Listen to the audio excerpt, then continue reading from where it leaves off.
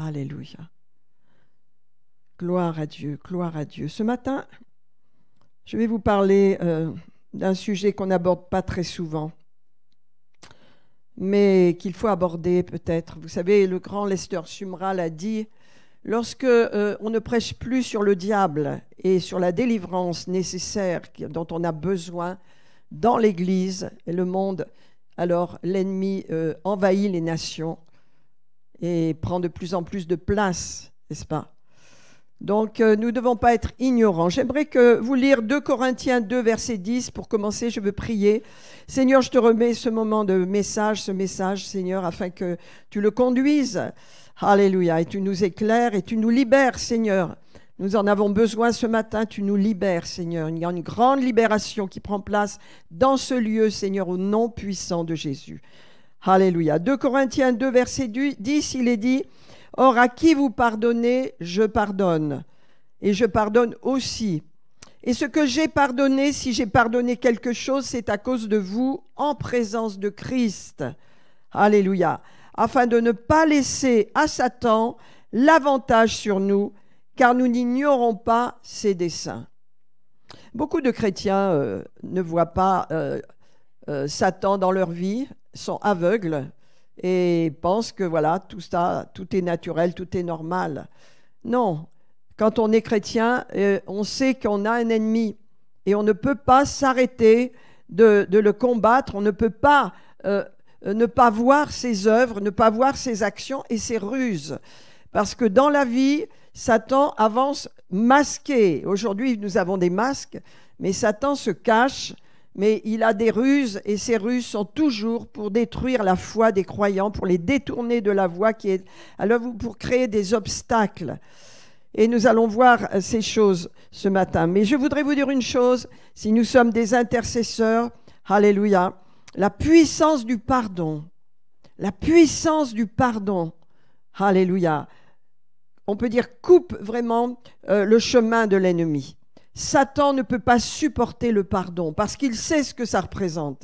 Quand nous demandons pardon, quand nous-mêmes nous demandons pardon pour nous, mais également quand nous pardonnons ceux qui nous ont offensés, quand nous pardonnons, quand nous nous plaçons en tant qu'intercesseurs entre le ciel et la terre pour ceux pour lesquels nous intercédons, pour des gens qui ont péché, pour des gens qui ont fait du mal, pour des sorciers, pour des gens qui vous veulent du mal. Lorsque nous nous plaçons devant Dieu entre le ciel et la terre, et lorsque nous pardonnons à nos ennemis, il y a une délivrance qui prend place parce que le pardon, alléluia, nous rappelle la puissance de la croix. Alléluia, c'est sur la croix que Jésus a porté nos péchés, nous a pardonnés. C'est sur la croix quand il a souffert, quand il a été crucifié, mais avant cela quand il a été flagellé, quand il a soumis sa volonté au Père et quand on lui a mis sur sa tête cette couronne d'épines qu'on lui a enfoncée, où son visage a été tuméfié. Eh bien, tout ça, ça fait partie du pardon que nous recevons. Ça a coûté la vie à Jésus-Christ, notre Seigneur. Amen. C'est pourquoi lorsque nous pardonnons à ceux qui nous ont offensés, lorsque nous nous tenons pour nos ennemis et que nous leur pardonnons, nous libérons les cieux, nous libérons, on peut dire, la puissance de Satan. Et il est bloqué, il est arrêté parce que la croix de Golgotha se dresse devant lui. Alléluia. Et le sang de Jésus, alléluia, est devant lui. Et il est obligé de fuir le pardon. C'est pourquoi l'apôtre Paul, dans 2 Corinthiens 2, dit « À qui vous pardonnez, je pardonne ». Qu'est-ce qui s'était passé dans cette église? Eh bien, un frère chrétien, vous savez, Corinthe était corrompue. La ville de Corinthe était vraiment corrompue avec les idoles, avec tout ce qui se passait dans les temples d'idoles. Donc, il y avait une grande corruption et les Corinthiens étaient remplis de cette corruption. Il y avait donc un homme qui couchait avec la femme de son père.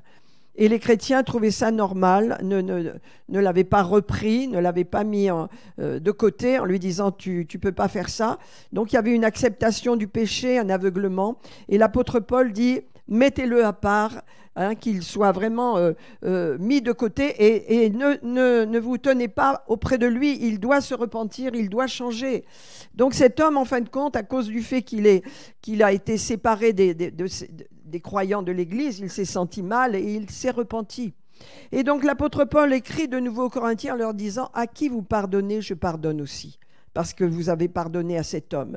Je lui pardonne aussi si j'ai à pardonner quelque chose, il dit, parce que c'est plutôt vous qui devez pardonner, n'est-ce pas? Et il dit, pourquoi je pardonne? Parce que je ne veux pas que cet homme soit détruit par Satan. Amen. Et donc, parce que vous lui pardonnez, alors il peut se rétablir. Parce que lui-même s'est pardonné et que lui-même, il a demandé pardon, alors pardonnez-lui. Pourquoi? Parce que, alléluia, nous ne voulons pas laisser à Satan l'avantage sur nous. Nous ne voulons pas laisser à Satan l'avantage sur nous. Ça veut dire que s'il n'y a pas de pardon, dans les offenses, dans les situations qui soient vraiment données, n'est-ce pas? Satan a un avantage. Il prend avantage sur vous, il prend avantage dans le monde, il prend avantage, ça veut dire il domine. Et donc, il n'est pas question qu'il domine car Jésus l'a vaincu, n'est-ce pas?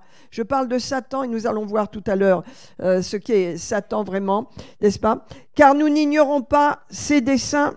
Alléluia, nous n'ignorons pas sa façon de faire. Qu'est-ce que sont les desseins de Dieu, les desseins du diable? Des plans. Ne croyez pas que Satan agit comme ça dans le vague, il a toujours des plans. Il a des plans, il fait des choses dans votre vie, dans la vie de l'Église. Il amène des choses, vraiment, il amène des choses de façon à ce qu'il y ait une ruse qui se prépare et ces plans se mettent en place. Nous ne devons pas ignorer les desseins de l'ennemi. Nous ne devons pas l'ignorer parce que nous devons connaître qui il est et ce qu'il est. Amen. Alors, je vous dis en 2 mots, la puissance du pardon. Mais quelquefois, pour une nation même, pour toutes sortes de situations qui va au-delà de nos situations, c'est une puissance de libération qui arrive. C'est pourquoi l'apôtre Paul dit pardonnez à ceux qui vous ont offensé, mais aussi pardonnez aux gens pour lesquels vous intercédez, qui ont fait du mal, qui ont fait des choses, pardonnez-leur. Tenez-vous à leur place et demandez pardon à leur place, même s'ils ne pardonnent pas. Demandez pardon à leur place, cela va libérer. Je vais vous dire une chose. Dans les années 80, il y avait un réveil, il y a toujours un réveil en Amérique du Sud, mais je me rappelle surtout parce que j'étais allée écouter un serviteur de Dieu, je crois que c'était avec toi Jérôme en Suisse, et donc il racontait que dans un village en Amérique du Sud, je ne sais plus dans quel pays, il y avait une surabondance de meurtres, une surabondance de suicides, de violences, de viols, des horreurs. Et il y avait une petite église là qui ne grandissait pas. Et tous ces gens de l'église, ils désiraient vraiment évangéliser et c'était que des trucs durs, c'était bloqué, c'était lourd dans ce village. C'était assez grand village, c'était plus qu'un village, une petite ville. Et un jour, ils ont eu l'idée de jeûner, bien sûr, et d'aller sur la place de la ville, sur la place du village. Et donc, sur cette place, ils se sont tous agenouillés. Ils ont pleuré, ils se sont repentis pour le péché de tous ces gens qui violaient, qui tuaient, qui étaient dans la sorcellerie, qui étaient dans le spiritisme, dans le satanisme même, qui faisaient des horreurs, dans l'idolâtrie. Et ils ont passé du temps à pleurer et à libérer le pardon, voyez, tous ensemble, dans une unité, parce qu'ils avaient à cœur les âmes et qu'ils aimaient les gens. Et les gens, ils voulaient qu'ils s'en sortent. Et à ce moment-là, alléluia, il y a une onction qui est descendue sur eux. Ils se sont levés et ils sont allés dans la ville et les gens ont ouvert leur cœur. Ça veut dire que le nuage de ténèbres, à cause du pardon, a brisé la force des ténèbres. Et cette église s'est développée d'une façon extraordinaire. Les gens de cette ville ont été sauvés. Il y a eu une transformation, un changement dans l'atmosphère qui a amené le salut. Mes amis, c'est quelque chose, bien sûr, ça a été conduit par l'Esprit. Ça a été une recherche de cette Église qui avait un seul cœur, une seule âme, et qui voulait vraiment désirer profondément que cette ville reçoive l'Évangile. Et ils avaient essayé sans succès. Mais le Saint-Esprit les a conduits. Allez sur la place publique, mettez-vous à genoux et humiliez-vous devant Dieu. Alléluia. Et la puissance du pardon a brisé les chaînes de Satan. Alléluia, amen. C'est pourquoi l'apôtre Paul dit, alléluia, ne laissez pas à Satan l'avantage sur vous, qui n'ait aucun avantage sur vous, aucun avantage.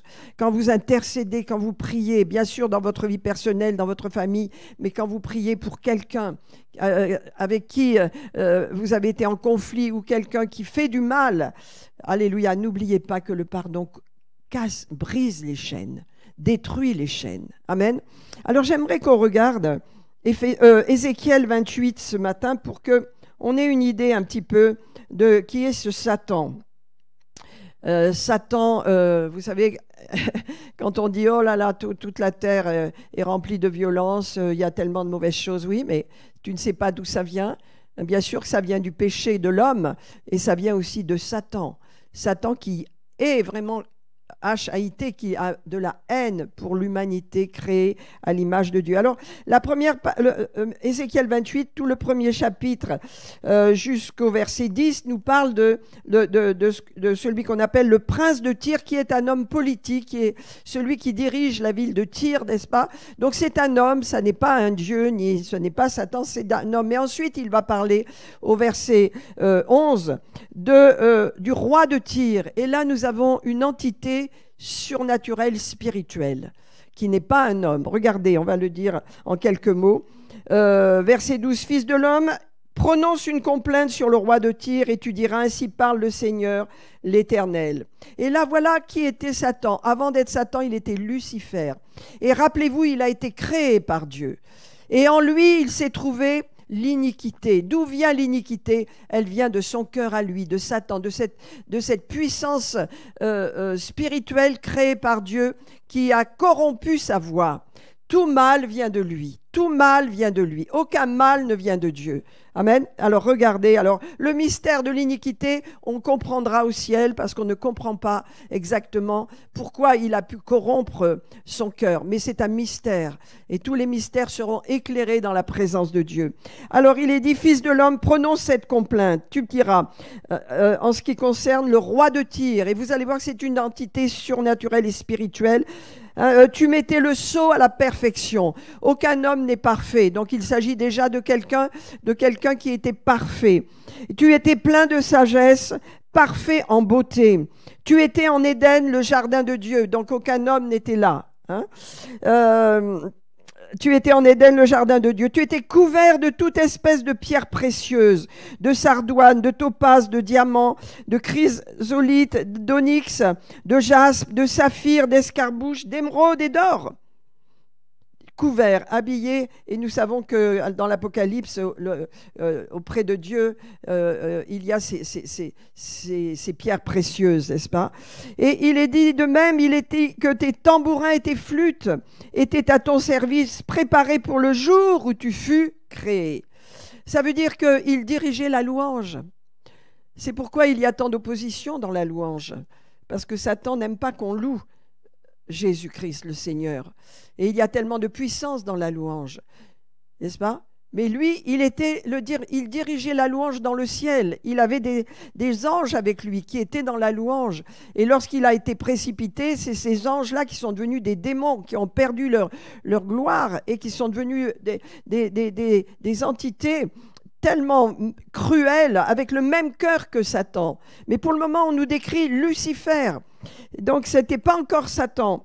Il est dit, là, tes tambourins et tes flûtes étaient à son service, préparés pour le jour où tu fus créé.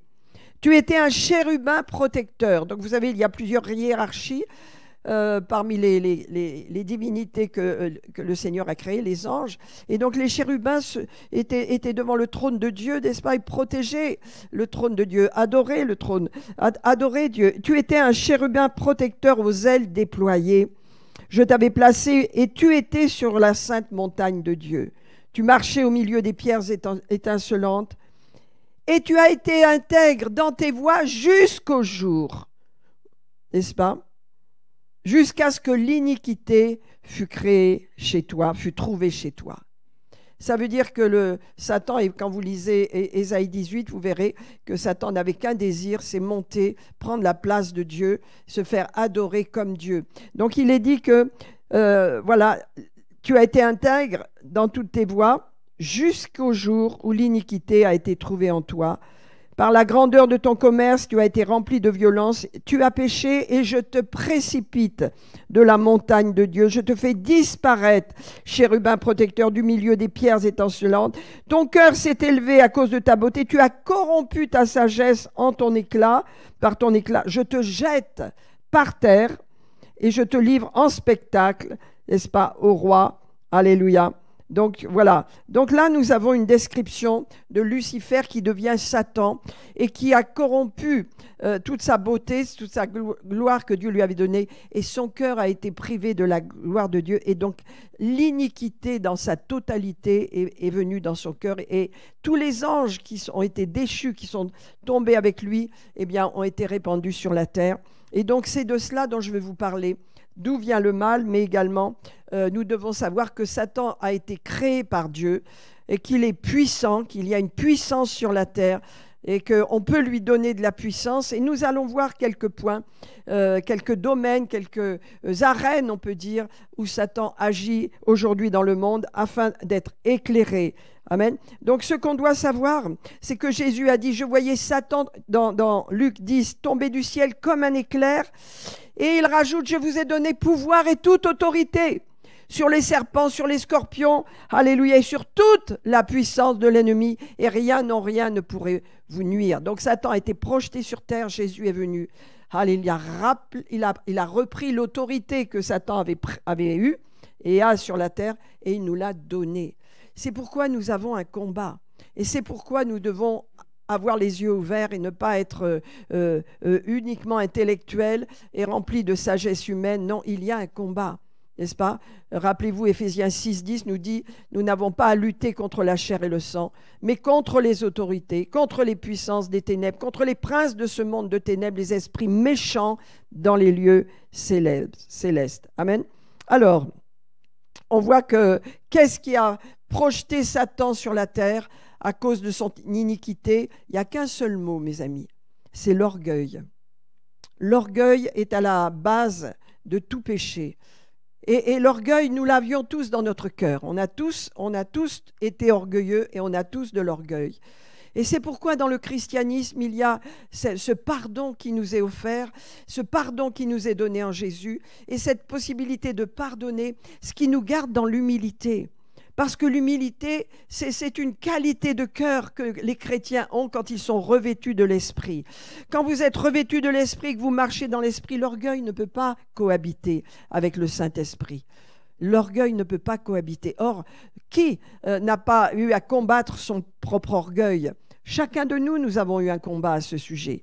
Hein? On se prend pour quelqu'un qui sait tout. On pense qu'on n'a plus rien à recevoir. On pense que, voilà, on est autosuffisant. C'est de l'orgueil. On est individualiste. C'est de l'orgueil. On ne dépend de personne. C'est de l'orgueil. Tout est lié à l'orgueil. L'orgueil humain, ça s'appelle l'iniquité et ça conduit à énormément de péchés et de mal et de malheur. Alors, on doit savoir une chose, si vous voulez, c'est que les démons qui ont été jetés sur la terre avec Satan sont des esprits méchants, des esprits mauvais qui n'ont pas de corps. Ils n'ont pas de corps. Ils sont des entités spirituelles que vous ne voyez pas, qui sont invisibles et qui désirent avoir un corps. Ils cherchent un corps pour se manifester. Lorsqu'ils trouvent un corps, ils se manifestent avec leur nature, qui est une nature mauvaise, qui veut mettre les gens en esclavage, qui veut leur donner les détruire au travers de toutes sortes d'esclavages, les drogues, l'alcool, l'impudicité, la pornographie et la violence, le meurtre, nous allons le voir. Tout ça, c'est ce que produisent des démons dans la nature humaine parce qu'ils veulent entrer dans les corps des gens, ils veulent entrer en eux pour distiller leur cruauté et leur méchanceté. Vous me suivez là? Jésus a dit, je vous donne autorité. Je vous donne, mais encore faut-il reconnaître ce qui se passe. Par exemple, il désire avoir un corps. On voit dans Marc 6 que les esprits qui habitaient un homme, ils étaient 2000. Le démoniaque qui a été libéré par Jésus avait des démons et les démons ont parlé. Ils ont dit non, non, ne nous fais pas sortir, nous voulons un corps, nous voulons un corps. Et Jésus les a envoyés dans les pourceaux. Et vous savez ce qu'ils ont fait? Hein, et tous les pourceaux se sont suicidés parce que c'est la nature de Satan de détruire les vies des gens, que ce soit des gens ou des animaux. Il leur a dit, les esprits impurs, voilà, donc Jésus leur permet, le demande, envoie-nous quelque part. On ne veut pas quitter cet homme dans lequel on habite et qui est à moitié fou. On a besoin de corps. Et il les envoie dans les pourceaux. Les esprits impurs sortirent de l'homme et entrèrent dans les pourceaux. Et le troupeau se précipita des pentes escarpées dans la mer. Il y avait environ 2000 pourceaux, et ils se noyèrent dans la mer parce que les démons n'ont qu'un désir, c'est de tuer, de faire mourir, n'est-ce pas? Alors comment rester libre? Eh bien, nous pouvons rester libres à condition de ne pas être ignorants. C'est pourquoi il est dit, tout à l'heure je vous ai lu, ne soyez pas ignorants, ne laissez pas l'avantage de Satan sur vous, n'ignorez pas ses desseins. Ça veut dire ne soyez pas ignorants dans votre vie. Sachez que vous avez un ennemi. Sachez que s'il y a quoi que ce soit dans lequel vous êtes addicté, vous êtes derrière, vous savez que vous avez donné la main d'association à un démon et que ce démon n'a qu'une envie, c'est vous détruire. Détruire votre vie, détruire votre foi, vous détruire. Donc vous avez besoin de délivrance. Alors je vais vous montrer 7 domaines ce matin dans lesquels Satan agit et vous allez voir au niveau du monde dans lequel nous sommes que Satan agit dans des domaines et certains d'entre vous, vous êtes dans ces domaines, non pas parce que vous appartenez à Satan, mais parce que vous œuvrez ou vous travaillez dans certains domaines où il y a vraiment une puissance ténébreuse là-dedans. Et vous devez le savoir. Amen. Seigneur, je te prie pour ta parole ce matin, qu'elle nous donne l'exercice de la foi, Seigneur, afin que nous puissions détruire toutes les œuvres de l'ennemi autour de nous, que nous ayons vraiment un discernement, que nous n'ignorons aucun dessein, que nous ayons de l'intelligence, Seigneur. Illumine les yeux de nos cœurs. Donne-nous la sagesse, Seigneur, l'intelligence de voir au travers des situations que nous traversons, les ruses et les situations que Satan utilise afin de détruire ses plans, car celui qui nous a appelés et nous a sauvés nous a donné aussi autorité sur lui, en son nom. Merci Seigneur. Amen, amen. Alors je vais vous donner plusieurs domaines où Satan agit. Vous allez voir cela au niveau de la planète. Premièrement, Satan agit au niveau de l'apostasie. Qu'est-ce que c'est l'apostasie? C'est une séduction spirituelle, c'est un mensonge. 1 Timothée 4 nous dit, l'Esprit dit expressément que dans les derniers temps, quelques-uns abandonneront la foi pour s'attacher à des esprits de séduction et à des doctrines de démons. Les doctrines de démons sont des fausses doctrines, des fausses religions. Et il y en a des fausses religions. Regardez autour de vous. Je parle des religions autres que la religion chrétienne. Les sectes, les fausses religions abondent et sont puissantes aujourd'hui. Satan agit au travers de ces fausses religions par la séduction. Il séduit les gens. Il y a de la puissance dans la séduction, dans la tromperie. Ça s'appelle, il détourne même les chrétiens. Et ça s'appelle l'apostasie. C'est renoncer à ce qu'on a. C'est retourner en arrière. Alors c'est l'apostasie dans l'Église, bien sûr, mais aussi dans le monde. Il y a des fausses religions. Il y a des fausses croyances. Il y a toutes sortes de fausses doctrines. Nous devons reconnaître derrière, il y a des esprits méchants, des esprits de ténèbres. Nous devons le dire pour nous-mêmes, pour le savoir, de ne pas donner notre main d'association à ces doctrines de démons, à ces religions qui sont tenues par Satan. Premièrement, apostasie en rapport avec la séduction spirituelle. Rappelez-vous de ce que Lester a dit. Lester Sumrall, un grand général des années 80, alléluia, il dit, si l'Église arrête de prêcher contre les puissances démoniaques pour que les gens soient libres, eh bien ces puissances démoniaques prendront de plus en plus le contrôle des sociétés, des nations. Alléluia. Aujourd'hui, il y a très peu de sermons sur les démons. Aujourd'hui, eh bien, on met ça de côté parce qu'on veut que les gens soient bien, qu'ils soient contents, voilà. Il y a autre chose, nous sommes chrétiens. Amen. Le deuxième monde, le deuxième domaine dans lequel Satan agit puissamment, c'est le domaine des affaires. du monde, le domaine des affaires. Les esprits démoniaques contrôlent le monde commercial, le monde des affaires, n'est-ce pas? Et il est tenu par qui? Par Mammon.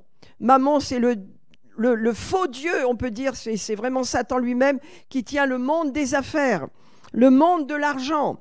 Et donc, il est dit, l'amour de l'argent est une des racines de tous les malheurs, de tout le mal qui vient dans le monde. On vend des enfants, on vend des organes, on vend des choses pour de l'argent. L'argent est dans les mains de Mammon détruit. C'est pas du tout ce que Dieu veut, que nous soyons soumis à l'argent. Dieu dit l'argent est une bonne chose, c'est utile, mais l'amour de l'argent est la racine de tous les malheurs, n'est-ce pas? Et donc, regardez dans Matthieu 6, il est dit, nul ne peut servir deux maîtres, soit il haïra l'un et il aimera l'autre, ou il s'attachera à l'un et il méprisera l'autre. Vous ne pouvez servir Dieu et Mammon. C'est pourquoi, il est dit, c'est pourquoi ne vous inquiétez de rien. Vous savez Mammon, le Dieu des affaires, celui qui dirige les affaires de ce monde. Et vous voyez le chaos qu'il y a aujourd'hui dans l'économie, les mauvais choix qui sont faits, tout ce qui se passe, comme ça semble inintelligent quelquefois. Qu'est-ce qui se passe? Parce que Satan dirige le monde, il détruit le monde avec l'argent. Il crée des cœurs durs et méchants qui ne respectent pas l'humanité. Et c'est pourquoi il est dit, ne vous inquiétez de rien. Ça veut dire, si Mammon n'est pas votre Dieu, et il ne l'est pas, si l'argent, vous n'êtes pas soumis à l'argent, alors vous n'aurez pas d'inquiétude, vous ferez confiance en Dieu. Car l'argent, le monde des affaires crée des inquiétudes et des angoisses au point qu'on a vu il y a quelques années, je crois que c'était l'EDF, où les gens se sont suicidés par désespoir parce qu'ils étaient maltraités ou tenus durement dans le monde des affaires. Combien de suicides? Combien de fermiers, combien d'agriculteurs se suicident en désespoir de compte parce qu'ils n'arrivent pas à fermer leur budget? Satan est derrière. Le deuxième point où Satan agit, je vous dis à un grand niveau, c'est le monde des affaires. C'est pourquoi ne soyez pas soumis à l'argent. Utilisez l'argent. Soyez maître de votre argent. Gérez votre argent. Mais que Mammon ne soit pas votre Dieu dans ce domaine, car il est le Dieu du monde des affaires. Il est le Dieu du monde de l'industrie. N'est-ce pas? Il est un Dieu qui détruit la vie des gens et qui ne respecte pas la vie des gens. C'est pourquoi nous devons reconnaître la fausseté qu'il y a dans le monde notamment des affaires. Et quand vous êtes dans le monde des affaires, vous avez un combat. Quand vous vivez et vous êtes industriel ou artisan ou commerçant et que vous êtes chrétien, vous aurez un combat. Vous aurez à combattre Mammon lui-même, n'est-ce pas? Vous aurez à combattre ces démons, ces forces démoniaques. Et vous devez vous habiller et avoir toutes les armes de Dieu pour tenir ferme dans le mauvais jour, afin que vous soyez bien équipés avec la ceinture de la vérité, avec toutes les armures du croyant que l'on va lire tout à l'heure. C'est pourquoi il est dit, Jésus dit, ne vous inquiétez pas pour votre vie, de quoi vous mangerez, ce que vous boirez, et de votre corps, de quoi vous serez vêtus. La vie n'est-elle pas plus que la nourriture et le corps plus que le vêtement? Ne vous inquiétez de rien. À chaque jour suffit sa peine. Faites confiance à Dieu, ça veut dire. Amen. Le troisième point où Satan est puissant, et il est puissant dans l'apostasie, il est puissant dans le monde des affaires, il est puissant dans le monde politique. Satan agit au niveau des politiques, puissamment. Et comment il agit? Au niveau de forteresses. Vous savez, dans certains pays, vous allez dans certains pays,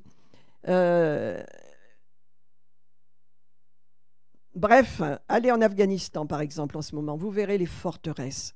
Vous serez même plus capable de penser, tellement les démons sont agissants et agissent contre les chrétiens. Il y a tellement de force, tellement de puissance, de destruction. Et il y a des forteresses. Les puissances politiques qui sont sur notre...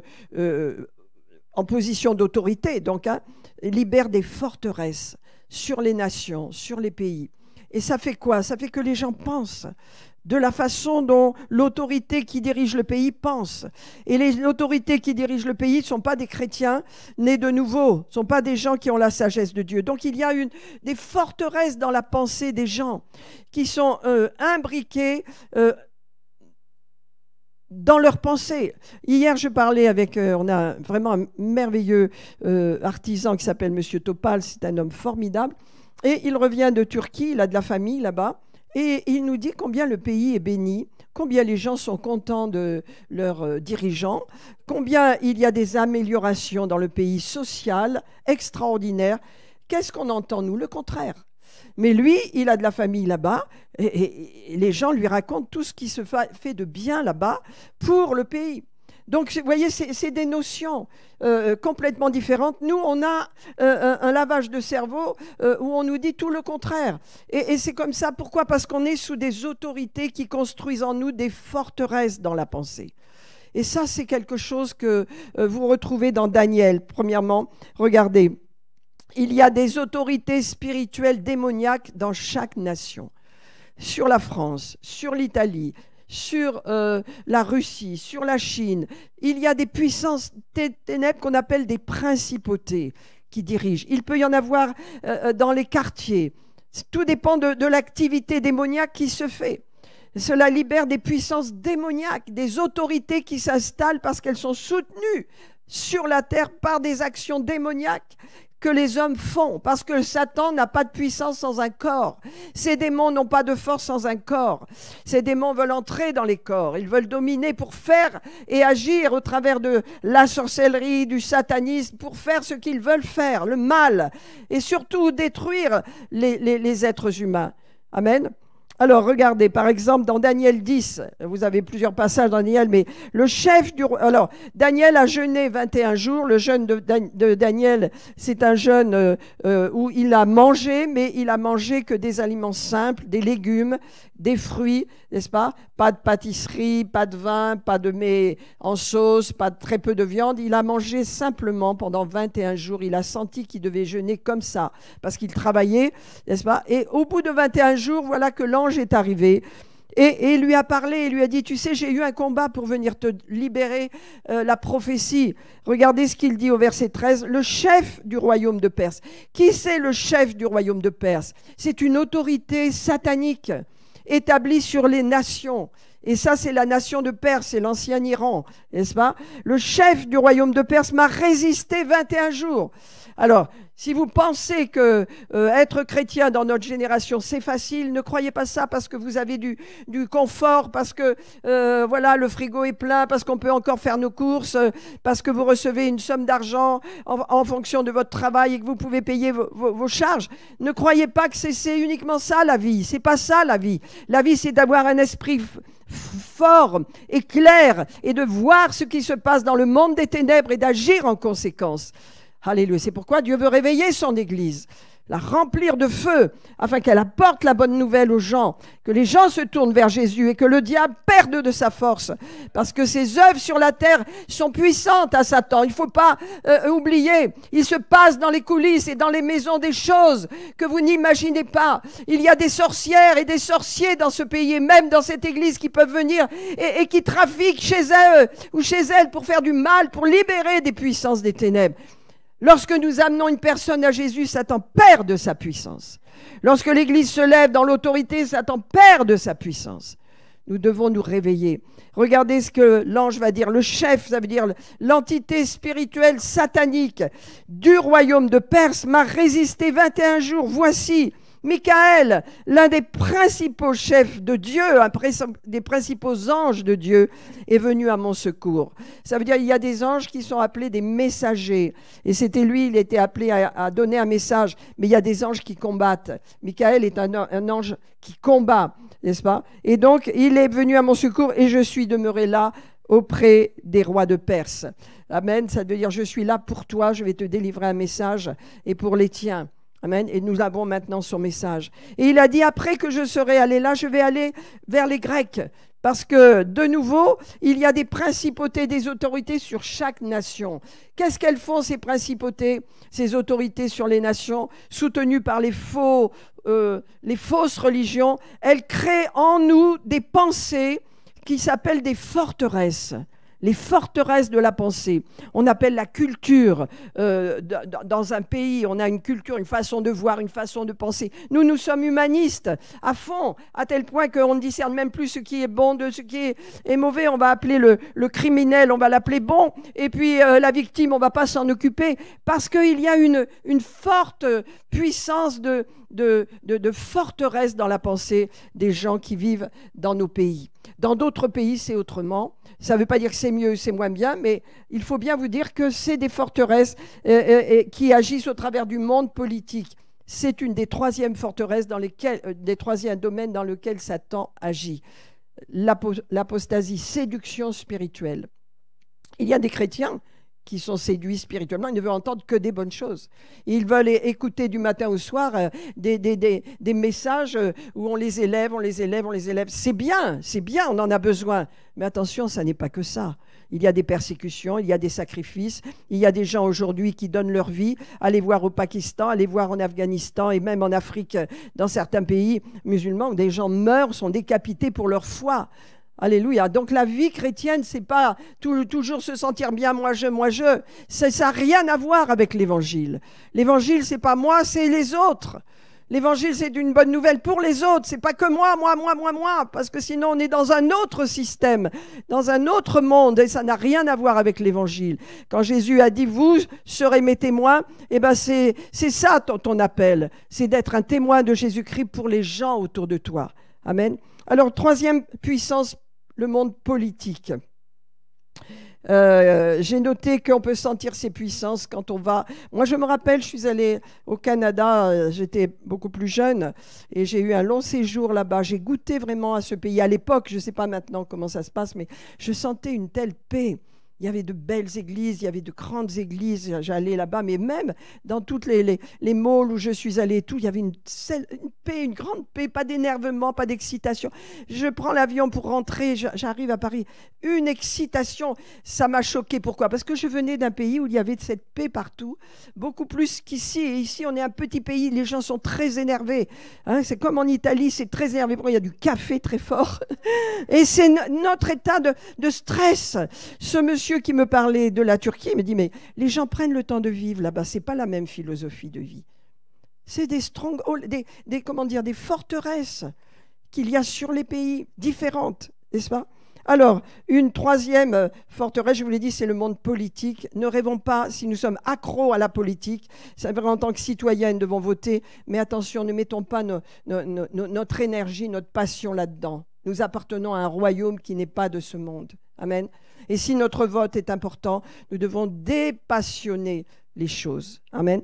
Quatrième point où Satan agit avec puissance, ce sont des domaines de prédilection, c'est la violence, le crime, qui est vraiment soutenu par les films, par la violence qu'il y a dans, on peut dire, les jeux vidéo maintenant. Cette violence, on tue des gens dans les jeux, ça n'a pas de valeur, la vie. Hein? On enseigne aux enfants, regarde, tu l'as tué, tue ces gens, tue. C'est rien de tuer. Et c'est pourquoi il y a des crimes, et il y a des gens qui sont dans les jeux vidéo, des jeunes, et qui sortent dans la rue, ils ne font pas la différence. La vie est dévalorisée. Tu peux tuer 100 personnes dans un jeu vidéo. Ça n'a aucune importance, la vie des gens.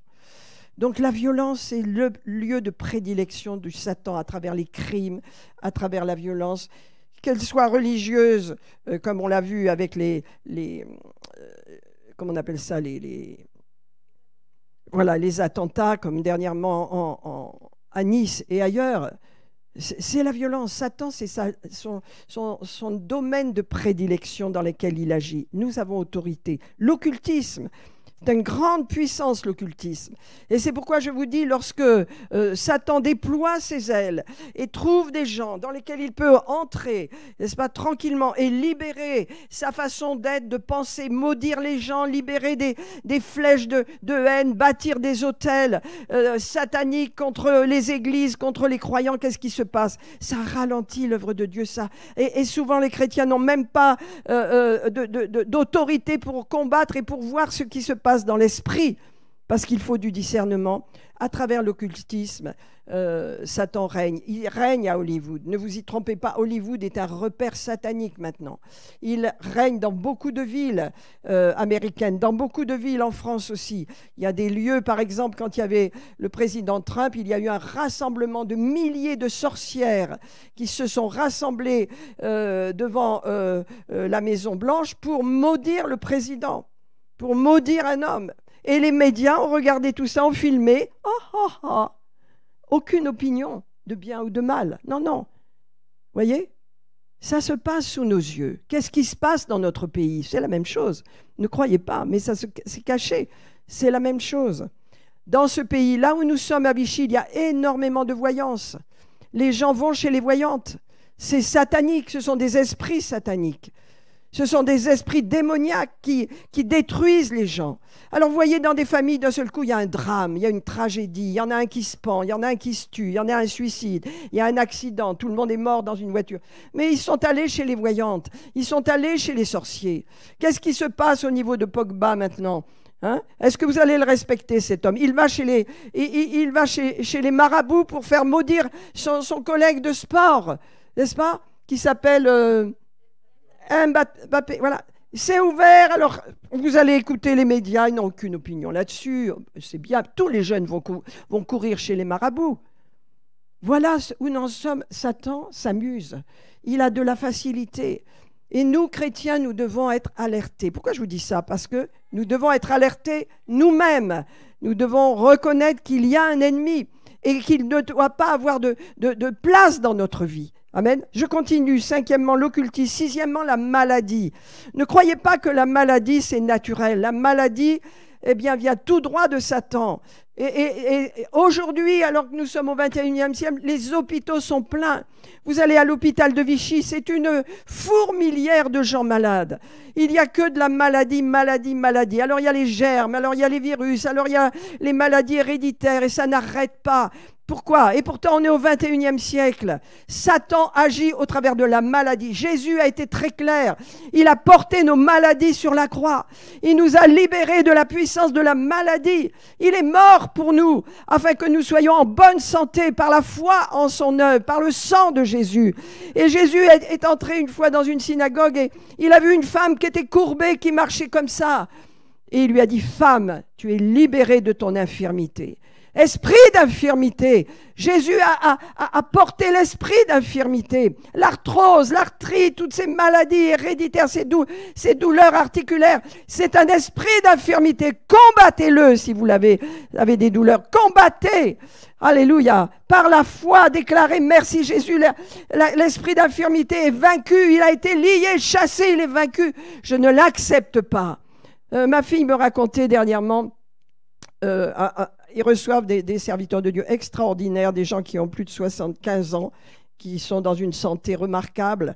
Et c'est des gens qui vivent une vie magnifique, ils ont une belle église et ils aiment beaucoup Dorothée, ils sont un peu des parents spirituels pour elle. Elle me racontait que le pasteur, il s'appelle le docteur... Anderson, voilà, merci, docteur de la parole, donc. Et il a eu un cancer. Il a eu un cancer décelé par le médecin quand il toussait, il était gêné, tout ça. Il a un cancer à la gorge. Il n'a même pas été... Alors attention, c'est sa foi, je ne vous dis pas de faire ça. Soignez-vous, attention, moi je suis pour qu'on se soigne. Mais cet homme, il s'est tenu, il a prêché. Il prêchait 5 services par jour. Il le fait toujours, mais avec son cancer, c'est-à-dire qu'il avait la voix cassée, il toussait tout le temps. Et sa femme disait, mais mon chéri, qu'est-ce que tu as? Tu tousses? Il dit, c'est rien, t'inquiète pas. Il n'a rien dit à sa femme. 3 mois après, il dit, je voudrais voir mon médecin, faites-moi des analyses. Et le médecin lui dit, mais qu'est-ce que vous faites là? Vous n'avez rien? Je ne trouve rien. Ça veut dire cette foi qu'il avait, il a servi Dieu avec ce problème de dire, vous avez un cancer de la gorge. Voilà, je vous propose des soins. Et il a dit, bon, je verrai. Il n'a pas accepté, il a cru de tout son cœur. Alors, ce n'est pas à la portée de tout le monde, c'est même pas à la portée de moi. Hein, je ne sais pas si je serais capable de faire une chose pareille, mais c'est pour vous dire que votre foi dans l'œuvre de Jésus doit grandir, la mienne aussi, la nôtre aussi, pour que la maladie n'ait pas d'impact sur nous. Parce que vous voyez, Jésus rentre dans cette synagogue, il voit cette femme courbée, il dit, femme, tu es guérie de ton infirmité. Et tous les pharisiens disent, oh, quelle honte, comment il ose un jour de sabbat, guérir une femme. Et regardez ce que va dire Jésus. Il va dire, et cette femme, qui est une fille d'Abraham, donc qui a alliance avec Dieu, comme nous avons alliance nous-mêmes, eh bien, et que Satan tenait lié depuis 18 ans. C'est pourquoi nous devons savoir combattre la maladie. Satan est l'auteur de la maladie. Et cette infirmité qu'avait cette femme, Jésus dit clairement, c'est Satan qui la tenait liée depuis 18 ans. Ne fallait-il pas la délivrer de cette chaîne le jour du sabbat? C'est Jésus qui parle. Il dit clairement, Satan est l'auteur de la maladie. C'est pourquoi lorsque vous êtes malade, lorsque l'ennemi a pu toucher votre corps, vous devez dans votre esprit vous dire, non, la maladie n'aura pas de pouvoir sur moi. Jésus m'a guéri et je te dis, maladie, tu quittes mon corps. Alléluia. Je reconnais mon ennemi et je le chasse, car je suis guéri dans les meurtrissures de Jésus. Cette guérison m'appartient. Amen. Alors, les maladies, je vous donne encore les rayons d'action puissantes de Satan dans le monde. Alléluia. Contre la famille. Jésus, Dieu le Père, a créé la famille. La première famille, Adam et Ève, ont été créés. Ils ont eu ensuite des enfants. La famille est précieuse aux yeux de Dieu.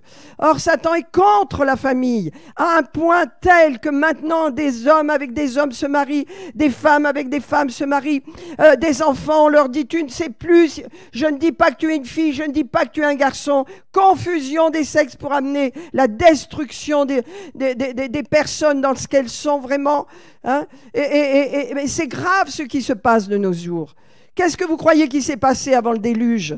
Seul Noé a été protégé, mais Satan est venu, il y a eu des interactions avec des démons, avec des gens qui étaient animés de démons, qui sont allés vers des femmes et qui ont mis au monde des enfants, qui étaient des monstres. Ça veut dire ils ont créé une génération d'hommes, de personnes qui étaient des monstres, qui étaient ce qu'on appelle c'était pas des êtres humains, c'était pas des êtres créés à l'image de Dieu.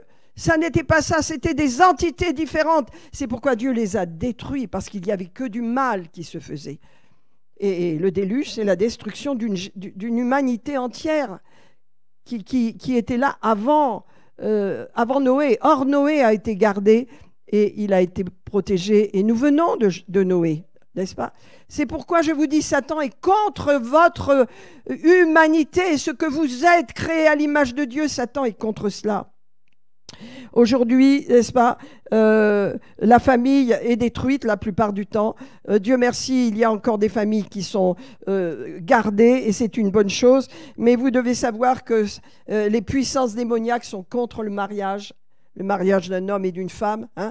On ne marie pas, c'est Adam et Ève se sont mariés, un homme et une femme. Et Satan fait à l'école maintenant, à l'école, on va enseigner des horreurs à nos enfants. Si nous ne faisons pas notre rôle de parents chrétiens pour bien enseigner nos enfants, ils seront perturbés. Alors on leur dira, mais regarde, les enfants qui sont issus de ces gens qui sont mariés, femme, homme, mais ils sont très équilibrés. Ah bon? Vous allez voir ce que ça va donner plus tard. Il y a des gens qui sont perfides. Il y a des gens, j'ai entendu des témoignages, je ne dis pas que c'est tout le monde, attention, hein, mais il y a beaucoup de choses mauvaises, malheureusement, parce qu'il y a de l'impureté là-dedans. Alors on est dans ce monde-là, hein, et donc la famille... Eh bien, la famille est une des sphères sur laquelle Satan agit. Et une du monde par lequel toutes ces choses arrivent, c'est Hollywood. Hein. Faut bien vous dire, c'est Hollywood qui génère toutes ces cochonneries et qui fait que les gens sont en train de changer totalement. Des jeunes garçons pensent que c'est normal d'être avec des garçons. Et il y a c'est terrible. Or, et puis la pornographie, qui est répandu partout. Hein. Donc, on est dans ce monde-là. Satan agit. Tout ça pour vous dire, vous devez savoir que lui n'a aucune pitié, aucune compassion. Seule l'Église se dresse comme un étendard contre lui. Vous êtes cet étendard, nous sommes cet étendard qui nous dressons contre lui. Mais la clé de tout ça, mes amis, je vais être plus brève parce que le temps passe, la clé de tout ça, c'est la connaissance. Vous devez connaître votre Dieu. La connaissance, connaître égale autorité. La connaissance, le fait d'apprendre, de savoir, de ne pas être ignorant, c'est avoir de l'autorité. Je vous donne un exemple parce que je l'ai entendu. Quand vous allez voir un chirurgien, vous regardez les chirurgiens, ils opèrent à droite, ils opèrent à gauche, ils coupent une rate, ils coupent un truc, ils coupent un machin. Ça leur pose pas de problème. Pourquoi? Parce qu'ils savent, ils connaissent. Ce sont des gens qui ont appris, ils savent ce qu'ils font, ils sont en pleine autorité. Et nous, dans le monde spirituel, nous n'aurions pas à libérer notre autorité devant les ruses du diable, devant le fait qu'il détruit des familles, qu'il y a des entreprises qui souffrent, qu'il y a des situations comme ça. Ça n'est pas Dieu, bien sûr. Il faut se lever dans l'autorité. Parce que l'autorité vient de la connaissance. Et si l'on n'a aucune connaissance des ruses de l'ennemi et de sa façon d'agir, on n'a pas d'autorité. L'autorité vient de la connaissance. C'est pourquoi nous allons avoir des cours bientôt, une école vraiment importante pour changer, on peut dire, laver le cerveau de toutes les horreurs et de toutes les fausses doctrines et fausses pensées que nous pouvons avoir dans ce monde pour acquérir la connaissance. La connaissance de Dieu. Alléluia. Amen. Je vais m'arrêter là, mes amis. J'avais encore beaucoup de choses à dire, mais rappelez-vous que Satan s'est levé dans l'orgueil. Et que l'orgueil, eh bien, c'est l'opposé de ce que Dieu veut dans notre cœur. Il veut simplement que nous apprenions à nous soumettre. Quand on se soumet à Dieu, à la parole de Dieu, on n'a pas d'orgueil. L'obéissance à la parole enlève l'orgueil, lave notre cœur de tout orgueil, n'est-ce pas? Donc c'est important. Si vous n'avez pas la connaissance, vous n'avez pas l'autorité. Si vous apprenez à connaître qui est votre Dieu, ce qu'il veut, ce qu'il fait, ce qu'il a fait pour vous, vous avez l'autorité. Amen. Alors je vais prier. Alléluia. Et nous allons libérer la ligne de sang sur nos familles, sur nous-mêmes. Vous savez, quand nous sommes du côté de la croix, quand nous sommes du côté, n'est-ce pas, de la croix. Il y a un serviteur qui donne un exemple. Aller en Corée du Sud, c'est l'abondance, c'est la provision, c'est la paix, c'est la liberté. Aller en Corée du Nord. Allez en Corée du Nord. C'est horrible, n'est-ce pas? Donc, c'est ça, vous savez, le côté de la croix. Soit je suis du bon côté de la croix. Alléluia, j'appartiens à Christ, je suis enfant de Dieu, j'ai autorité. Soit je n'ai pas Christ, soit je suis des fausses doctrines, soit je suis en esclavage. Alléluia, et je suis en danger. Amen. Je suis en danger quand je pense aussi que je sais tout, que j'ai besoin de rien, quand je reste chez moi alors que je peux venir ici, quand je ne fais pas ma démarche personnelle pour plaire à Dieu, je suis en danger. Parce que je ne dois pas ignorer les ruses du diable. Amen. On va prier, mes amis.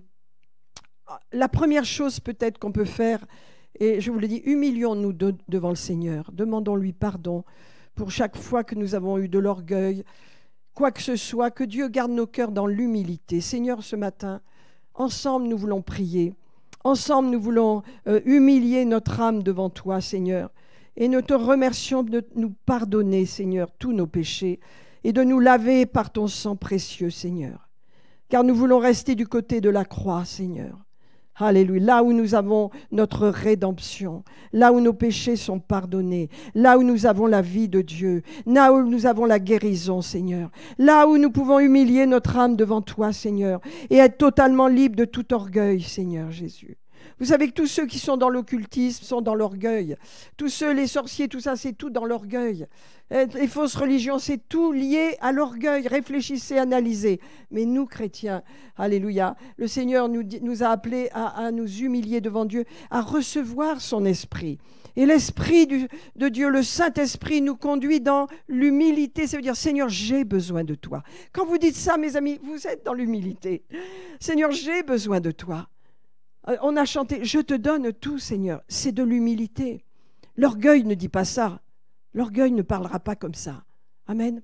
Seigneur, prions ensemble ce matin.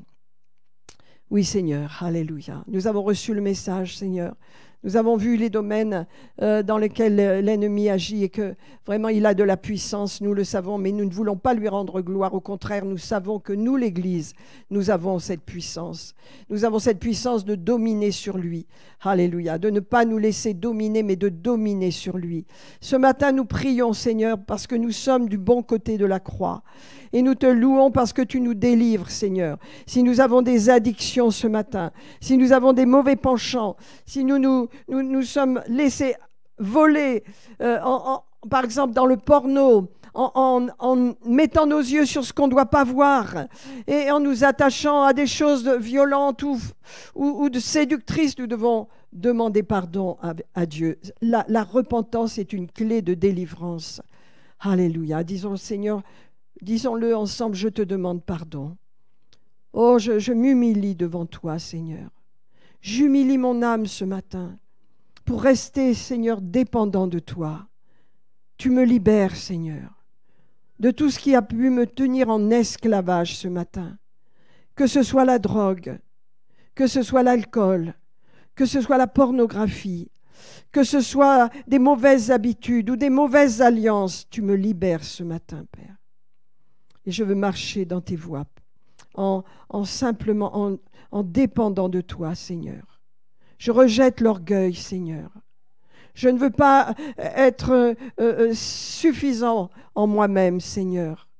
Oui, Seigneur, j'ai besoin de toi. J'ai besoin de toi. Amen. Seigneur, je prie pour mes frères et sœurs ce matin, afin qu'il y ait une grande délivrance qui s'opère dans les cœurs, Seigneur. Afin que, Seigneur, Père, alléluia, les addictions soient brisées ce matin. Afin que les mauvais plans de l'ennemi soient exposés maintenant. Afin qu'il n'ait plus de place dans nos vies et dans nos affaires, dans notre travail, dans notre vie personnelle. Alléluia. Seigneur, nous libérons, Seigneur, l'amour de la connaissance, l'amour de la parole, Seigneur, dans nos vies, afin d'avoir autorité. Car l'autorité, la connaissance vient par l'autorité. L'autorité, vient par la connaissance. Et lorsque je ne connais pas ce que Jésus a fait pour moi, lorsque je ne sais pas ce que Dieu veut de ce que Dieu ne veut pas, lorsque je n'ai aucune connaissance, je n'ai pas d'autorité. Mais Dieu veut te donner l'autorité et il t'offre la connaissance ce matin. Allez, reçois dans ton cœur. Alléluia. Parce que la connaissance demande de l'humilité. Alléluia. Je veux apprendre, Seigneur. Je veux encore apprendre. Je veux être un étudiant. Je veux étudier tes paroles, ta parole, tes voies. Je veux être à l'œuvre, Seigneur. Je veux porter du fruit. Je veux faire ce qui t'est agréable. Je veux aller de l'avant, Seigneur. Et je veux rentrer dans ma guérison. Je veux recevoir pleinement ma guérison ce matin.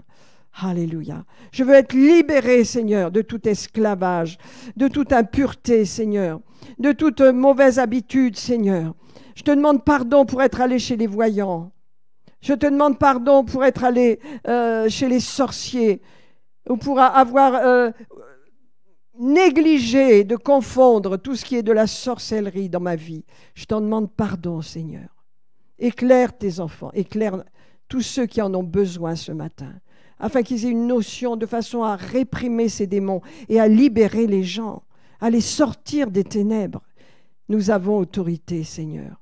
Vous savez, quand on ferme les yeux, on ne libère pas les gens. Quand on accepte les choses et qu'on ne dit rien, on ne libère pas. Il faut parler avec amour mais autorité. Il faut dire aux gens, tu as fait ça, donc tu as péché. Tu es lié par Satan, tu es lié par les démons. Tu as besoin d'être libéré. Vous voyez, il faut oser parler. Si on ne nous dit pas, on ne sait pas. Si on ne me dit pas que je fais une erreur, comment est-ce que je peux m'en sortir? Je ne sais pas. La plupart du temps, on ne sait pas. Dans le passé, avant d'être chrétien, on a fait des choses, on ne savait pas qu'on faisait mal. Mais quand la parole est venue, on a été éclairé, donc on a arrêté. Pourquoi? La connaissance nous a donné l'autorité. J'ai autorité sur les péchés, j'ai autorité sur l'alcool, la drogue, les mauvaises habitudes, tout ce qui est impur, j'ai autorité. Alléluia. Merci Seigneur. Seigneur, je libère sur mes frères et sœurs une grâce particulière, une délivrance. Je prie pour Jackie ce matin, au milieu de nous, Père, afin que tu ouvres son cœur, Père, et qu'il reçoive totale délivrance ce matin, par la puissance du Saint-Esprit, Seigneur. Qu'il puisse recevoir, Seigneur, dans son cœur, le Sauveur. Alléluia. Si vous voulez recevoir le Sauveur dans votre cœur, Jackie, simplement levez-vous à votre place. Ça ne vous dérange pas? Voilà, tout simplement. Et on va faire une prière avec vous et vous allez la répéter devant le Seigneur. Amen. Est-ce que vous êtes prêts, mes amis? Prions avec Jackie ce matin. Et fermez vos yeux, Jackie, vous priez le Seigneur. Et dites avec moi et avec nous, « Cher Seigneur, je viens à toi et je te demande pardon pour tous mes péchés. Je crois, Seigneur, que tu es mort pour moi et que tu m'as libéré du péché. C'est pourquoi, Seigneur, je viens à toi pour recevoir ta vie, le pardon des péchés et la vie éternelle. Et je crois, Seigneur, que tu es mort pour moi et que tu es ressuscité des morts pour moi. Et je reçois ta vie, Seigneur. Et je ressuscite à nouveau, Père, au nom de Jésus. Amen. Amen. Je vous bénis. Soyez bénis, Jackie. Soyez bénis. Alléluia. Que Dieu vous bénisse. Mes amis, merci, Seigneur, pour ce moment. Réveille nos cœurs, Seigneur. Ranime-nous dans la foi et dans l'autorité qui est la nôtre, dans le désir d'apprendre aussi, de connaître tes voies. Alléluia. Et de ne pas faire de sentimentalisme, mais d'être efficace, Seigneur, de façon à trancher entre la lumière et les ténèbres, Seigneur, de façon à ne pas confondre la lumière et les ténèbres, Seigneur, et à être vraiment tranchant ce matin. Allez, spirituellement, alléluia, tranchant au nom de Jésus. Amen. Amen.